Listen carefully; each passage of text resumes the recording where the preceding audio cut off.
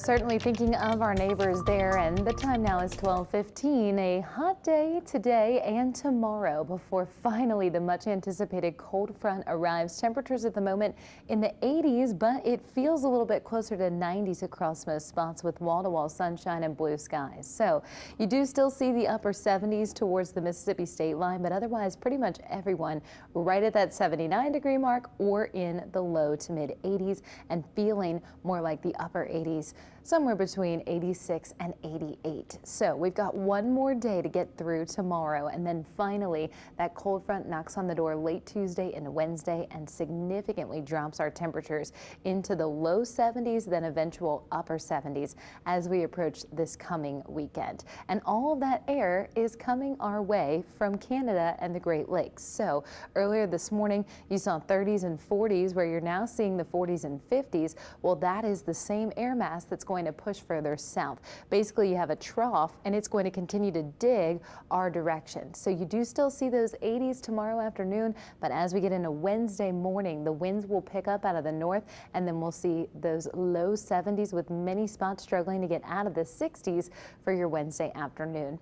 Here's what you can expect as we approach Wednesday around daybreak into the 7 a.m. time frame. Those winds will be somewhere between the teens and 20s sustained. So if you are a boater, today and tomorrow would be better for getting out on the water than Wednesday and Thursday will be. In addition, we're going to see our humidity values drop off significantly, which means on Wednesday and Thursday, instead of the 70s, we'll see a 40-degree drop into the 30s and 40s.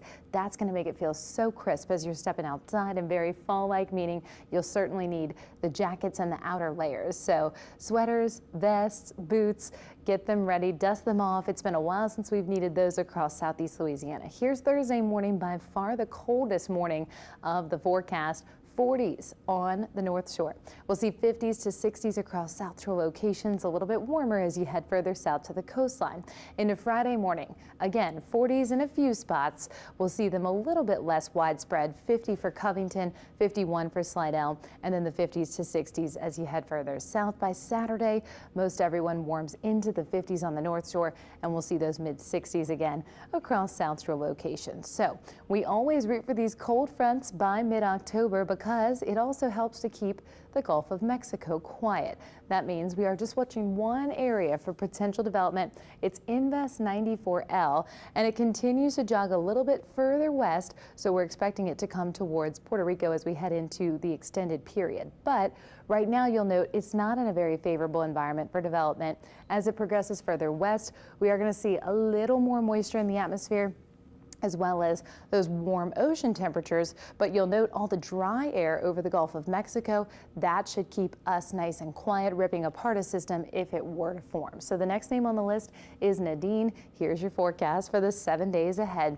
On Thursday, we are going to wake up in the 40s on the North Shore, 50s across South Shore locations. Temperatures only making it towards the low 70s by the afternoon. So if you have any tailgate plans or you're headed to the game itself, at least it will be beautiful weather-wise. We're going to hope for the same result inside the dome. And then you head towards Friday, sunny and 75. A beautiful forecast for next weekend with the crew of Boo as well.